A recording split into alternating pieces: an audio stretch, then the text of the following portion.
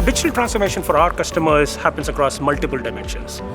The first is the business model itself. Right? Companies are going to make money in different ways than what they've done in the past. Manufacturing companies, if you look at it, they're not just making products anymore, they're bundling products and services along with it.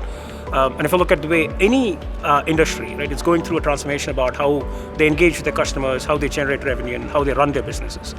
The second aspect of what Cognizant does in the digital space is really all the systems and technologies.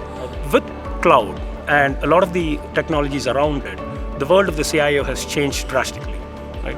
So the Cognizant systems and technology practices help transform the world of the CIO and in each of our customer bases about how you change systems and technologies. The third dimension really is the internal business processes. Whether it is your HR processes or finance processes, digital is fundamentally transforming all of the internal operations of our customers, and Cognizant is helping them through that as well. As we've built our capabilities in the industrial world and in digital technologies, I think the investments that we've made and the role that I've played in building the manufacturing capabilities, the operations management capability, and leveraging the IoT technologies to bring this at scale, it's been exciting.